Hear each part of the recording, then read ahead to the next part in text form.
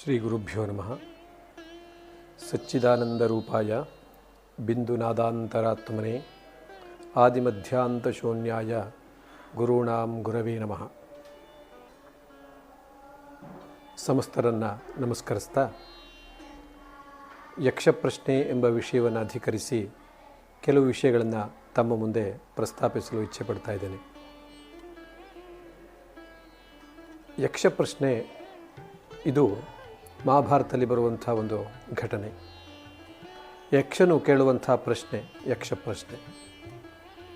ಸಾಮಾನ್ಯವಾಗಿ ಪ್ರಶ್ನೆಯನ್ನು 2 ಸಲ ಕೇಳುವುದುಂಟು. ನಮಗೆ ಗೊತ್ತಿಲ್ಲದೇ ಇರುವಂಥ ಸಂದರ್ಭದಲ್ಲಿ ಗೊತ್ತಿರುವವನಲ್ಲಿ ಕೇಳುವಂಥದ್ದು ಒಂದಾದರೆ, ನಮಗೆ ಗೊತ್ತಿರುವಂಥ ವಿಷಯವನ್ನು ಇನ್ನೊಬ್ಬನಿಗೆ ಗೊತ್ತಿದೆಯೋ ಇಲ್ವೋ ಅನ್ನೋದನ್ನು ತಿಳ್ಕೊಳ್ಳೋದಕ್ಕೋಸ್ಕರವೂ ಕೂಡ ಪ್ರಶ್ನೆ ಕೇಳುವುದುಂಟು. ಆದರೆ ಇಲ್ಲಿ ಈ 2 ಬಗೆಯ ಪ್ರಶ್ನೆಗಳನ್ನು ನಾವು ಕಾಣುವುದಿಲ್ಲ. ಏಕೆಂದರೆ ಯಕ್ಷ ಅಂತಂದರೆ ಸಾಕ್ಷಾತ್ ಯಮಧರ್ಮನ ಒಂದು ರೂಪ. ಯಮಧರ್ಮರಾಜನು ತನ್ನ ಮಗನಾಗಿರುವಂಥ ಯುಧಿಷ್ಠಿರನ ಧರ್ಮಪ್ರಜ್ಞೆಯನ್ನು ಧರ್ಮನಿಷ್ಠೆಯನ್ನು ಜಗತ್ತಿಗೆ ಪ್ರಚುರಪಡಿಸಬೇಕು ಅನ್ನುವಂಥ ದೃಷ್ಟಿಯಿಂದ ಈ ಪ್ರಶ್ನೆಗಳನ್ನು ಕೇಳ್ತಾ ಇದ್ದಾನೆ ಅನ್ನುವುದಾಗಿ ನಾವು ಭಾವಿಸಬೇಕಾಗತ್ತೆ. ಯಮಧರ್ಮರಾಜನ ಮಗ ಯುಧಿಷ್ಠಿರ, ಅವನನ್ನು ಕೂಡ ಧರ್ಮರಾಜ ಎಂಬುದಾಗಿ ನಾವು ಕರೀತೇವೆ. ಹಾಗಾಗಿ ಇಂತಹ ಧರ್ಮರಾಜನ ಧರ್ಮಪ್ರಜ್ಞೆ ಯಾವ ರೀತಿಯಾಗಿತ್ತು ಎನ್ನುವಂಥದ್ದು ಈ ಯಕ್ಷಪ್ರಶ್ನೆಯ ಉದ್ದಕ್ಕೂ ನಾವು ಕಾಣುವಂಥ ವಿಷಯವಾಗಿದೆ. ಮಹಾಭಾರತದಲ್ಲಿ ಒಂದು ಪ್ರಸಂಗ ಬರುತ್ತೆ.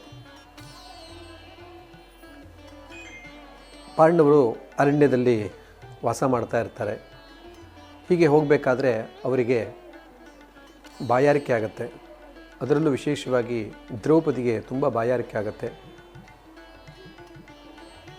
ನೀರನ್ನು ತಂದುಕೊಡ್ಬೇಕು ಅಂತ ಕೇಳ್ತಾಳೆ ದ್ರೌಪದಿ. ಆಗ ಯುಧಿಷ್ಠಿರ ತನ್ನ ಕೊನೆಯ ತಮ್ಮನಾಗಿರುವಂಥ ಸಹದೇವನನ್ನು ಕಳಿಸ್ತಾನೆ. ಅರಣ್ಯದಲ್ಲಿ ಎಲ್ಲ ಕಡೆಗೆ ಹುಡುಕ್ತಾನೆ. ಕೊನೆಗೆ ಒಂದು ಕೊಳದಲ್ಲಿ ನೀರು ಕಾಣಿಸುತ್ತೆ. ಇನ್ನೇನು ನೀರು ತೆಗೆದುಕೋಬೇಕು ಅನ್ನುವಂಥ ಸಂದರ್ಭದಲ್ಲಿ ಅವನಿಗೆ ಒಂದು ಅಶರೀರವಾಣಿ ಕೇಳಿಸ್ತಾ ಇದೆ. ನೀನು ನೀರನ್ನು ಸ್ವೀಕರಿಸುವುದಕ್ಕಿಂತ ಮೊದಲು ನನ್ನ ಪ್ರಶ್ನೆಗೆ ಉತ್ತರ ಕೊಡಬೇಕು ಎನ್ನುವುದಾಗಿ. ಆಗ ಸಹದೇವ ಅಷ್ಟಾಗಿ ಅದನ್ನು ಪರಿಗಣಿಸೋದಿಲ್ಲ. ಸ್ವಲ್ಪ ತಿರಸ್ಕಾರ ಬುದ್ಧಿಯಿಂದ ಅದನ್ನು ನೋಡಿ ಆಮೇಲೆ ನೀರನ್ನು ಸ್ವೀಕರಿಸ್ತಾನೆ. ಪರಿಣಾಮ ಏನಾಯಿತು ಅಂತ ಕೇಳಿದ್ರೆ ಸಹದೇವ ಅಲ್ಲೇ ಬೀಳ್ತಾನೆ, ಶವವಾಗಿ ಬೀಳ್ತಾನೆ. ಇತ್ತ ಯುಧಿಷ್ಠಿರ ಸಹದೇವ ಬರದೇ ಇರೋದನ್ನು ನೋಡಿ ಭಾಳ ಚಿಂತಾಕ್ರಾಂತನಾಗ್ತಾನೆ. ಬಾಯಾರಿಕೆ ತಡೆಯಲಾಗದಷ್ಟು ಇದೆ. ಅದಕ್ಕಾಗಿ ನಕುಲನ ಕಳಿಸ್ತಾನೆ. ನಕುಲನು ಕೂಡ ಇದೇ ರೀತಿಯಾಗಿರುವಂತಹ ಸಂದರ್ಭವನ್ನು ಎದುರಿಸ್ತಾನೆ.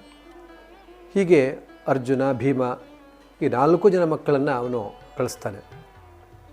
4 ಜನ ತಮ್ಮಂದಿರ ಪರಿಸ್ಥಿತಿ ಹೀಗೆ ಆಗತ್ತೆ. ಏನು ಅಂತ ಕೇಳಿದ್ರೆ ಅವರೆಲ್ಲರೂ ಕೂಡ ಶವವಾಗಿ ಬೀಳ್ತಾರೆ. ಕೊನೆಗೆ ಹಿರಿಯನಾಗಿರುವಂಥ ಅಣ್ಣ ಯುಧಿಷ್ಠಿರ ಧರ್ಮರಾಜ ಸ್ವತಃ ತಾನೇ ಹೋಗ್ತಾನೆ. ಅಲ್ಲಿ ಯಕ್ಷನು ಕೇಳುವಂಥ ಪ್ರತಿಯೊಂದು ಪ್ರಶ್ನೆಯನ್ನು ಕೂಡ ಅವನು ತುಂಬ ಗಂಭೀರವಾಗಿ ಪರಿಗಣಿಸಿ ಪ್ರತಿಯೊಂದು ಪ್ರಶ್ನೆಗೂ ಉತ್ತರ ಕೊಡುವಂಥ ಒಂದು ಧರ್ಮಜ್ಞತೆಯನ್ನು, ಸಮಯ ಪ್ರಜ್ಞೆಯನ್ನು ಅವನು ಮೆರಿತಾನೆ. ಹೀಗೆ ಅಲ್ಲಿ ಯಕ್ಷನು 120 ಪ್ರಶ್ನೆಗಳನ್ನು ಅಲ್ಲಿ ಕೇಳ್ತಾನೆ. ಅದೆಲ್ಲದಕ್ಕೂ ಕೂಡ ಧರ್ಮರಾಜ ಭಾಳ ಯಥೋಚಿತವಾದಂತಹ ಉತ್ತರವನ್ನು ಕೊಡ್ತಾನೆ.